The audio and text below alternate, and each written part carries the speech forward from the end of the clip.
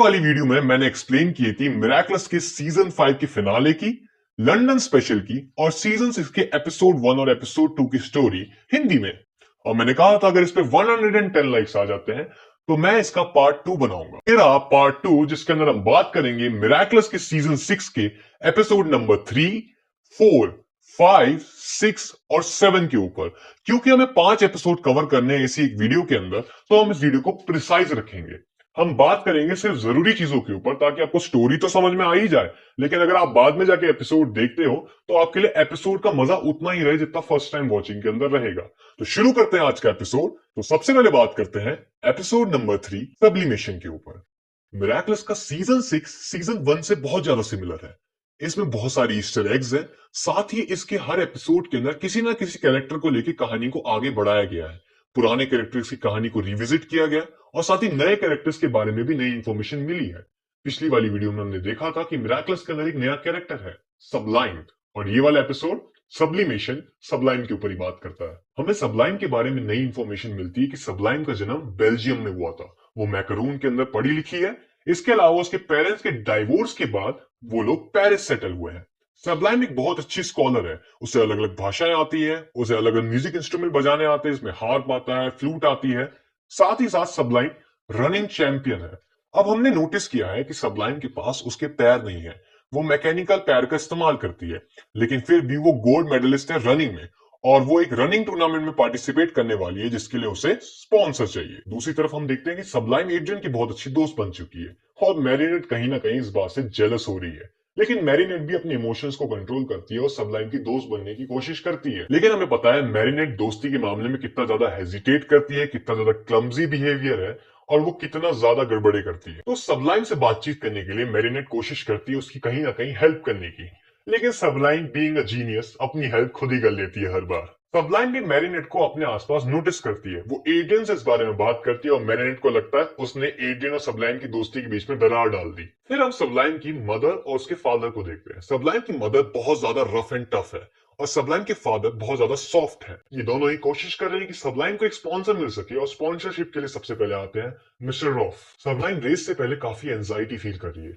लेकिन वो खुद को चीयर अप करती है और रेस के लिए जाती है। लेकिन मैरिनेट जिसको लगता है उसने सब गड़बड़ कर दी है, वो लेडी बग बन के रेस ट्रैक के बीच में आ जाती है, जिस वजह से सबलाइम की रेस खराब हो जाती है, जिसकी वजह से उसे स्पॉन्सर भी नहीं मिलता। और ये सब देख के सबलाइम की मदर अकोमेटाइज हो जाती है और बन जाती है सब्लिमेशन। इसके पास पावर है लोगों को निडर करके बेहतर बनाना। लेडी बग और कैट नोवार इनसे फाइट करते हैं, लेकिन उन्हें समझ नहीं आ रहा था कि इसे हराना कैसा है लकी चार्म के बावजूद भी। लेकिन लेडी बग और कैट नोवार इंटेंशनली सब्लिमेशन को खुद पे अटैक करने देते हैं ताकि वो अपना बेहतरीन वर्जन बाहर ला सके, लेकिन उनपे कोई असर नहीं होता क्योंकि वो ऑलरेडी अपने बेहतरीन वर्जन में ही है। यहाँ पे हम सीरीज यानी जो हमारी नई हॉकमॉथ होल्डर है उसकी एक नई पावर को देखते हैं। उसके पास एंटाई अकुमा बनाने की पावर है। ये एंटाई अकुमा जिस भी हीरो को लगता है उसकी पावर गायब सी हो जाती है। ये कैटनोआर को हिट करता है, कैटनोआर का कलर फेड हो जाता है और कैटनोआर की पावर जा चुकी है। एट द एंड लेडीबग जीत जाती है, लकी चार्म सब कुछ सही कर देता है और मैरिनेट बाद में सबलाइम से बात करती है, दोनों में अच्छी दोस्ती हो जाती है। और इसी के साथ ये एपिसोड खत्म होता है और हर एपिसोड की तरह इसमें भी एक एंडिंग सीन था जिसे हम क्लोजिंग सीन कहेंगे, जिसके अंदर हमें पता चलता है कि सुरुगी ने इनको स्पॉन्सरशिप दे दी है, लेकिन सुरुगी के दिमाग में कुछ तो ऑमनियस चल रहा है। शुरू करते हैं एपिसोड नंबर 4, डैडी कॉप। ये पूरा एपिसोड फोकस करता है सबरीना की कहानी के ऊपर। सबरीना अकेली हो चुकी है, उसको ये अकेलापन परेशान कर रहा है क्योंकि वो पहले क्लोई की दोस्त थी और उसने क्लोई की गलत के खिलाफ आवाज उठाई, तो क्लोई भी अब उसकी दोस्त नहीं है और वैसे भी क्लोई लंदन जा चुकी है। लेकिन साथ ही साथ क्योंकि उससे पहले क्लोई का साथ देके उसने लोगों को परेशान किया था, तो उसका कोई नया दोस्त भी नहीं बन पा रहा। दूसरी तरफ मैरिनेट एक स्पेशल डिनर प्लान कर रही है एड्रियन के लिए, जहां पे वो अपनी 100 किस करेंगे। इसी प्रिपरेशन के दौरान मैरिनेट का स्कूटर खराब हो जाता है और हमारी मिस हाउन यानी सबरीना उसकी हेल्प करती है, लेकिन एट द एंड उसे मिलती है लोनलीनेस। मैरिनेट इस डिनर की प्रिपरेशन में ये बात पूरी तरह से भूल जाती है कि जिस रात को वो ये डिनर प्रिपेयर करी है वो फर्स्ट वेडनेसडे है मंथ का, और इसी दिन होता है गर्ल्स मूवी नाइट। और इस बार ये गर्ल्स मूवी नाइट मैरिनेट के घर पे ही था जहां वो डिनर प्लान कर रही है। इसी के चलते एड्रियन डिनर में आने से मना कर देता है। मैरिनेट इस चीज को एक्सेप्ट नहीं कर पा रही। वो ये सोचती है कि अगर गर्ल्स हाँ कर देगी तो शायद एड्रियन आने को तैयार हो जाएगा, दूसरी तरफ जोई विटनेस करती है कि सबरीना कितनी परेशान है। वो सबरीना से बात करती है और सबरीना को इनवाइट कर लेती है बिना मैरिनेट से पूछे गर्ल्स मूवी नाइट में। जोई बाकी गर्ल्स से जाके बात करती है। बाकी गर्ल्स कहती हैं कि अगर मैरिनेट हाँ कर दे तो हम सबरीना को भी ग्रुप में इंक्लूड कर लेंगे। दूसरी तरफ मैरिनेट बिना एड्रियन का नाम लिए गर्ल्स को कहती है कि आज एक स्पेशल गेस्ट आएगा और यहाँ एक मिसअंडरस्टैंडिंग क्रिएट हो जाती है। मैरिनेट गर्ल्स नाइट आउट में एक्सपेक्ट कर रही है एड्रियन को और बाकी सारी गर्ल्स इंक्लूडिंग जोई एक्सपेक्ट कर रही है सबरीना को। ये मिसअंडरस्टैंडिंग बड़ी हो जाती है क्योंकि गर्ल्स नाइट आउट के अंदर सबरीना पहुंचती है और मैरिनेट एड्रियन को एक्सपेक्ट कर रही थी, जबकि एड्रियन ने कई बार मना कर दिया था कि मैं नहीं आ रहा। मैरिनेट परेशान हो जाती है और सबरीना को लगता है कि मैरिनेट उसकी वजह से परेशान हो रही है और सबरीना वहां से चली जाती है। मैरिनेट का डिनर प्लान पूरी तरह से खराब हो जाता है। दूसरी तरफ सबरीना पूरी तरह से टूट जाती है। ये सारी मिसअंडरस्टैंडिंग फाइनली खुलती है गर्ल्स ग्रुप के सामने और गर्ल्स ग्रुप सबरीना को कंफर्ट करने जाती है। सबरीना को अकोमोटाइज करने की कोशिश करी जाती है लेकिन सबरीना अकुमा को रिजेक्ट कर देती है। लेकिन ये सारा अकेलापन सबरीना के फादर भी विटनेस कर रहे थे।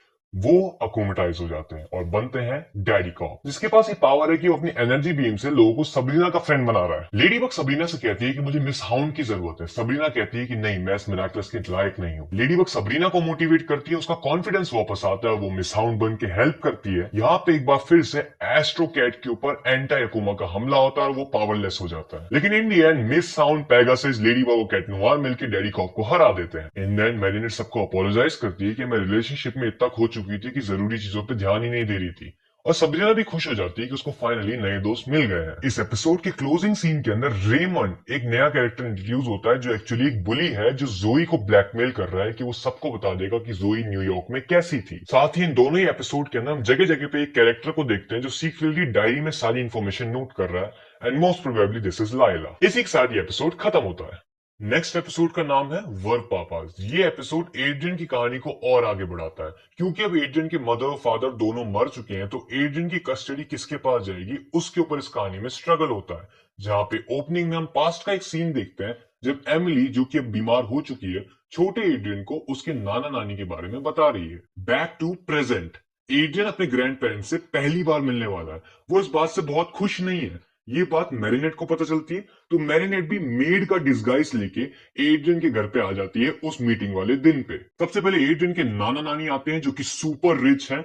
इसके नाना एक बहुत ही ज्यादा अथॉरिटिव और पेट्रियार्कल मानसिकता वाले व्यक्ति हैं। साथ ही उनके पास लॉर्ड का टाइटल है। इनका नाम है ग्राहम दे विनेली। फिर एड्रियन के दादा दादी आते हैं जो कि किसी नॉर्मल व्यक्ति के जैसे ही है। इनका नाम है मिस्टर एंड मिस ग्रिसेट। इसके दादा दादी ओपन माइंडेड पर्सन है। इसकी नानी भी ओपन माइंडेड पर्सन है, लेकिन जो ग्राहम दे विनेली यानी इसके नाना है वो बहुत अथॉरिटिव और रूड किस्म के इंसान है, थोड़ी मीन किस्म के। फिर एड्रियन की कस्टडी किसके पास जाएगी इसके ऊपर एक बहस शुरू होती है। एड्रियन नेटली के साथ रहना चाहता है, लेकिन क्योंकि नेटली सिर्फ एक एम्प्लॉय है, एक अपॉइंटेड पर्सन है, ना कि उसकी फैमिली, ये दोनों ही उसे अलाउ नहीं करते। हालांकि एड्रियन की नानी भी इंसिस्ट करती है कि अगर एड्रियन उसके साथ रहना चाहता है और क्योंकि नेटली ने ही बचपन से उसका ध्यान रखा है तो एड्रियन को उसके साथ रहने देना चाहिए, लेकिन ग्रैहम दे विनेली उन्हें चुप कर देता है। इस लंच के अंदर नेटली को अलाउ भी नहीं किया जाता क्योंकि नेटली उनकी फैमिली मेंबर नहीं है। एड्रियन की जो ट्विन ड्रिंक्स है उसको लेकर लड़ाई छिड़ती है दोनों ही साइड के बीच में। फिर मदर और फादर साइड दोनों ही कस्टडी को लेकर एक दूसरे को बड़ी तीखी बातें बोलते हैं और ये लड़ाई बढ़ती चली जाती है। इसी बीच में एड्रियन की जो नानी है वो इस चीज को शांत कराने की कोशिश करती है, लेकिन कोई उनकी बात सुन नहीं रहा था। स्पेशली नाना उन्हें बार बार चुप करा दे रहे थे। दैट्स वाई वो बहुत ज्यादा गुस्सा हो जाती है। साथ ही उनके ऊपर जो इतना दबाव डाला जा रहा है, उनकी कोई बात नहीं सुन रहा, वैल्यू नहीं कर रहा, उस चीज की वजह से, और वो एड्रियन के रिंग को वहां से उठाती है और अकुमाटाइज हो जाती है। यहाँ पे ध्यान देने वाली बात यह है कि अकुमा जो है वो एड्रियन की ट्विन रिंग्स के अंदर ही है जो उसकी दादी ने पहनी हुई है। वो अकुमाटाइज होती है, नाना और दादा दोनों को वुल्फ बना देती है, एक फाइटिंग प्लेटफॉर्म तैयार करती है आसमान के ऊपर जहां पे इन दोनों को लड़वाने वाली है। साथ ही साथ एड्रियन को एक ट्रॉफी के अंदर कैद कर देती है। लेडी बग अकेली इस फाइट कोर्स पे पहुंचती है क्योंकि कैट नोवार अब नहीं आ सकता क्योंकि एड्रियन ट्रांसफॉर्म नहीं हो सकता, वरना सबको उसकी पहचान पता चल जाएगी। इस बादलों के ऊपर वाले फाइट कोर्स पे लेडी बग तीनों से एक साथ फाइट करती है। दोनों वुल्फ्स और अकुमाटाइज नानी से एक साथ फाइट करती है और इसी फाइट के दौरान नानी के हाथ से रिंग्स चुरा लेती है, लेकिन रिंग को तोड़ने में वो हेजिटेट करती है क्योंकि हमें अब तक यही पता है, जो कि लेडी बग को भी पता है, कि एड्रियन एक सेंटी मॉन्स्टर है और उसका जो अमोक है वो इन्हीं रिंग्स के अंदर है। लेकिन उसके पास कोई चॉइस नहीं थी तो वो रिंग को तोड़ती है। रिंग के अंदर से ध्यान देने वाली बात यह है कि सिर्फ अल्ट्रा अकुमा निकलता है, कोई अमोक नहीं निकलता। और यहाँ पे हमें एडेन का पर्सपेक्टिव भी नहीं दिखाया जाता कि एडेन आखिर गायब हुआ या नहीं हुआ। मिराकल्स लेडीबग सब कुछ ठीक कर देता है, एडेन बिल्कुल सही सलामत है, रिंग्स वापस जुड़ जाती है और ये लोग वापस पहुंच जाते हैं अपने घर के ऊपर, जहाँ पे एक बार फिर से इसी बात पे चर्चा शुरू होती है कि आखिर कस्टडी किसके पास जाएगी। यहाँ मैरिनेट इस चीज के अंदर स्टेप इन करती है और नेटली, जिसको पूरी चीज से बाहर रखा गया था, उसको जबरदस्ती अंदर लेके आती है और सबको समझाने की कोशिश करती है कि नेटली ने ही इसका अब तक ध्यान रखा था, तो नेटली को ही ध्यान रखना चाहिए। फाइनली एडेन की जो नानी है वो भी इस चीज के ऊपर इंसिस्ट करती है और जो रिंग्स है वो एडेन को वापस सौंप देती है। इन दोनों फैमिली के बीच में जो गर्मा गर्मी थी वो भी यहाँ पे शांत हो जाती है और एक मिठास सी आ जाती है। दोनों एक दूसरे को इनवाइट करते हैं, दोनों एडेन को भी इनवाइट करते हैं अपने अपने घर में। फाइनली सब यूनाइट होकर साथ में एंजॉय करते हैं। यहाँ क्लोजिंग सीन के अंदर हम वापस से पास्ट का एक सीन देखते हैं जहाँ पे गैब्रियल और नेटली दुनिया की सैर करके वापस आ रहे हैं। एमिली अब पहले से भी ज्यादा बीमार हो चुकी है। एडेन अपने फादर से पूछते हैं कि आपको मम्मी के लिए कोई इलाज मिला। गैब्रियल बीइंग गैब्रियल मना करके अपने रूम में चल जाता है, एडेन को पूरी तरह से अवॉइड करके।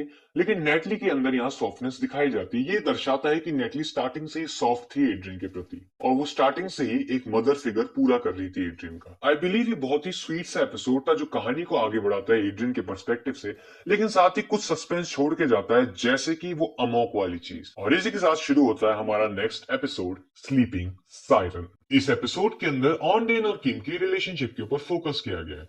ऑनडेन को किम पसंद है, किम को भी ऑनडेन पसंद है, लेकिन ऑनडेन की कंप्लेन है कि किम ने ना अब तक उसे किस किया है, ना हाथ पकड़ा है और आई लव यू तक नहीं बोला है। ऑनडेन ने कई बार कोशिश भी करी, लेकिन क्योंकि किम बहुत ज्यादा मिस्चीवियस टाइप का पर्सन है तो उसने कभी ऑनडेन की साइंस पे ध्यान ही नहीं दिया। यही कंप्लेन ऑनडेन अपनी लेडीज फ्रेंड्स के पास लेके जाता, जहां पे हमें एक और नई कैरेक्टर देखने को मिलती है इस लेडीज ग्रुप के अंदर, डयान। इसके बारे में एपिसोड में और कुछ पता नहीं चलता, सिर्फ इसका इंट्रोडक्शन है। और जब वो लेडीज फ्रेंड्स को ये सारी चीजें बताती है, you guessed it right, marinate खड़ी हो जाती है कि हमें इसकी हेल्प करनी चाहिए और एक ऐसा मोमेंट बनाना चाहिए जहां पे ये दोनों किस कर सके। दूसरी तरफ यहाँ पे हम बुलीज का एक ग्रुप देखते हैं जिसमें रेमंड, लुइक, नेल्सन जो कि नए कैरेक्टर्स है, उनका इंट्रोडक्शन होता है। ये किसी तरह ऑनडेन और किम के बीच में फूट डालना चाह रहे थे। ऑनडेन अपनी लेडीज फ्रेंड की मदद से बहुत सारी चीजें ट्राई कर रही थी, जैसे पोयम लिखना, जैपनीज चॉकलेट ट्राई करना और इन दी एंड किम को चैलेंज करना। किम ने पोयम का मजाक उड़ा दिया, चॉकलेट वाली चीज वो समझा नहीं। इसी बीच में रेमंड, लुइक और नेल्सन लगातार किम को भड़काने की कोशिश कर रहे थे। वो किम को कन्विंस कर देते कि अगर तुमने ऑनडेन को किस किया तो तुम एक टोड बन जाओगे और तुम्हारी लाइफ और डेथ का सवाल हो जाएगा, क्योंकि उसके अंदर स्विमिंग बैक्टीरियाज होंगे। कुछ भी कुछ भी। और इन दी एंड ऑनलाइन परेशान होकर जब सीधे सीधे किम को सारी बात बोल देती है, तब किम कहता है कि नहीं, ये बहुत ही ज्यादा हॉरिबल है, मुझे किस नहीं करना, और बहुत सारी उल्टी सीधी चीजें उसे बोल देता है, जिस वजह से ऑनलाइन अकोमेटाइज हो जाती है और बन जाती है स्लीपिंग सायरन, जो पूरे शहर को फ्लड करके डुबा देती है। साथ ही इसके पास पानी से बने हुए सेना है। ये सेना अपने स्पीयर से जिसको भी टच करती है वो टोड में तब्दील हो जाता है। मैरिनेट सारी टीम को बुलाती है सिवाय किम के, क्योंकि किम की हरकतों को देख के मैरिनेट को लगने लगा कि किम वर्दी नहीं है मंकी मिराकलस के। ये पूरी टीम सब लोगों को बचाती है, वाटर आर्मी से फाइट करती है। र्यूको, लेडीबग और कैट नोयर पानी के अंदर जाते हैं स्लीपिंग सायरन को ढूंढने। किम को क्योंकि लेडीबग ने नहीं बुलाया था तो वो ट्रांसफॉर्म नहीं होता, लेकिन फिर भी मदद करने की कोशिश कर रहा होता है, जिस वजह से र्यूको डिस्ट्रैक्ट हो जाती है और वो टोड में तब्दील हो जाती है। तुरंत लेडीबग टिकी और लॉन्ग को यूनिफाई करती है और किम को अलग ले जाकर उससे बात करती है, तब जाके सारी मिसअंडरस्टैंडिंग क्लियर होती है। वो किम को समझाती है कि ऐसी किसी की बात पर विश्वास मत कर लिया करो। फाइनली किंग मंकी की हेल्प से ऑनडेन को डीएकोमेटाइज किया जाता है। इस पूरी घटना के बाद किंग ऑनडेन से अपोलोजाइज करता है, ऑनडेन भी अपोलोजाइज करती है कि मैं फर्स्ट किस को लेके बहुत ज्यादा ऑब्सेस्ड ही हो गई थी, लेकिन फिर दोनों एक दूसरे को अपने प्यार का इजहार करते हैं, फर्स्ट किस करते हैं। पूरे एपिसोड की क्लोजिंग सीन के अंदर हम तीनों बुलीज को एक बार फिर से देखते हैं, लेकिन इस बार इनके पीछे एक नई अनजान ब्लैक कलर की विजिलेंटी है, जो कौन है हमें अभी नहीं पता। और इसी के साथ ये एपिसोड भी खत्म हो जाता है। इस पूरी वीडियो का फाइनल एपिसोड, एल टोरो दे पिएड्रा। एल टोरो दी पिएड्रा का मतलब होता है द स्ट्रॉन्ग बुल। ये कहानी फोकस करती है आइवन के ऊपर, लेकिन सिर्फ आइवन के अलावा इस कहानी के अंदर ऐसी बहुत सारी इंपॉर्टेंट चीजें हैं जो आगे के पूरे सीजन 6 और मिराकल्स की आगे की पूरी कहानी को शेप देगी। इसकी शुरुआत के अंदर आइवन के फादर, जो कि क्रिमिनल है और कई बार सेंटेंस हो चुका है उन्हें, आइवन को ऑर्डर कर रहे हैं कि आइवन को अगली हाइस्ट के अंदर उनका साथ देना है। वो आइवन को प्रेशराइज कर रहे हैं चोरी करने के लिए, ताकि आइवन भी उनकी तरह एक सुपर विलन बन सके। जिस टाइम पे हाइस्ट प्लान होती है, उस टाइम पे आइवन और पूरी किटी टीम यानी हमारे स्टूडेंट्स की पूरी टीम एक परफॉर्मेंस देने वाली है मिस बूस्टियर के लिए। इस पूरी परफॉर्मेंस की प्रिपरेशन चल रही होती है एडियन के घर के अंदर। इसी बैंड का मेंबर लूका भी है, लेकिन क्योंकि लूका ब्राजील में है तो वो ब्राजील से ही ऑनलाइन कनेक्ट होकर परफॉर्मेंस में पार्टिसिपेट करने की कोशिश कर रहा था, और इस कनेक्शन में लगातार दिक्कतें आ रही थी। यहाँ पे एक बहुत ही इंपॉर्टेंट सीक्वेंस है। मैरिनेट और एड्रियन कुछ केबल्स ढूंढने की कोशिश कर रहे थे। वो एक रूम में पहुंचते हैं जहां अलग अलग नंबर के बॉक्सेस हैं। ईच नंबर ऑफ बॉक्स बताता है एड्रियन की एज को, और उस बॉक्स के अंदर, उसी एज के अंदर एड्रियन की जो गुड मेमोरीज थी वो रखी गई है एड्रियन के पेरेंट्स, स्पेशली उसके फादर द्वारा। मैरिनेट और एड्रियन मिलकर अलग अलग बॉक्सेस को खोलते हैं। 6 साल वाले बॉक्स के अंदर एक फ्रॉग प्लूशी निकलता है जिसके अंदर गैब्रियल अग्रेस की आवाज है, जो देख के एड्रियन काफी खुश हो जाता है। फिर मैरिनेट एक एल्बम देख रही होती है, जिस एल्बम के अंदर से एक लेटर स्लिप आउट होता है जिसपे अलायंस रिंग है। मैरिनेट तुरंत सतर्क हो जाती है। वो लेटर को लेके जाती है नेटली के पास। यहाँ पे नेटली को लेके भी एक सीक्रेटिव चीज है कि नेटली कंप्यूटर पे किसी से बात कर रही है, और जो भी सामने वाला व्यक्ति वो कह रहा है कि तुम्हें वहां प्रेजेंट होना पड़ेगा, वरना हमारे पास कोई चांस नहीं रहेगा। इस एक सिंगल लाइन के अलावा और कुछ नहीं बताया जाता, क्योंकि मैरिनेट वहां पे आ जाती है। दोनों लेटर पढ़ते हैं तो इसके अंदर गैब्रियल अग्रेस का सीक्रेट निकलता है। ये लेटर गैब्रियल अग्रेस नहीं लिखा है एड्रियन को, जो एड्रियन को उसकी डेथ के बाद पढ़ा जाना था। नेटली मना करती है कि हमें इस लेटर को फाड़ देना चाहिए, लेकिन बाद में डिसीजन मैरिनेट के ऊपर छोड़ती है। दूसरी तरफ आइवन इस पूरी प्रैक्टिस से उठ के चला जाता है बड़ा परेशान होकर। वो अपनी डैड की चोरी में मदद करने जा तो रहा होता है, लेकिन उसके अंदर की जो गुडनेस है वो उसे ऐसा करने नहीं देती। वो वहां पे अपने डैड के लिए एक लेटर छोड़ के जाता है जिसमें वो लिखता है कि मुझे आपके जैसा सुपर विलन नहीं बनना, मुझे अच्छा काम करना है। उसकी डैड का हाइस्ट का प्लान खराब हो जाता है, जिस वजह से वो बहुत भयंकर गुस्सा हो जाते हैं और अकुमुटाइज होके बन जाते हैं एल टोरो दी पेड्रा। और दूसरी तरफ परफॉर्मेंस होने का समय हो चुका है, वहां पे अलग ही गड़बड़े चल रही है, क्योंकि लूका कनेक्ट नहीं हो पा रहा है, आइवन वहां पे है नहीं, रोज जो कि मेन सिंगर है वो बिना म्यूजिक के गा नहीं पा रही। तो फाइनली लूका फोन से और रोज जुलिका को मिलके मोटिवेट करते हैं, क्योंकि ये गाना जुलिका ही नहीं लिखा था, तो जुलिका एक सोलो परफॉर्मेंस देने के लिए सामने आती है। आइवन लेडी बग को बुलाता है। आइवन लेडी बग को मिलके सारी सिचुएशन समझाता है और बोलता है मैं बुल मिराकलस के लायक नहीं हूं। लेडी बग उसे मोटिवेट करती है, उसे समझाती है कि उसने ऑलरेडी बुराई का सामना करा है और अपने आप को लायक साबित करा है। आइवन ये बात सुन के मिनोटॉरक्स में ट्रांसफॉर्म हो जाता है। इसके आगे की जो पूरी फाइट सीक्वेंस थी, जिसमें लेडी बग, कैट नोआर और मिनोटॉरक्स मिलके द स्टोन बुल को हरा रहे होते हैं, वो पूरी म्यूजिकल के ऊपर थी। ये म्यूजिकल वही म्यूजिकल है जो जुलिका गा रही है। फाइट खत्म होने के बाद मिनोटॉरक्स एल टोरो को फेस करता है, उसे समझाता है कि आपको अपने बेटे को समझना चाहिए और बुरे काम छोड़ देने चाहिए। एल टोरो भी अपनी फादर रिस्पॉन्सिबिलिटीज को समझता है, उसे अपनी गलतियों का रियलाइजेशन होता है। एंड में आइवन भी सारी चीजें अपने दोस्तों को बताता है, सारे दोस्त उसको चीयर अप करते हैं। एडियन कुछ देर के लिए आइसोलेट हो जाता है और उस प्लूशी के साथ खेलना शुरू करता है, जहां पे वो बताता है कि मुझे ये बात बहुत अजीब सी लगती है कि मेरे फादर एक हीरो थे और काश मैं भी अपने फादर को आइवन के जैसे फेस कर पाता। मैरिनेट वो लेटर अपने हाथ में लेके आई रही होती है, लेकिन ये चीज देख के वो लेटर को छुपा लेती है। क्लोजिंग सीन मिराकलस की आगे की पूरी कहानी के लिए बहुत इंपॉर्टेंट है, क्योंकि यहाँ 12 मेंबर्स हैं।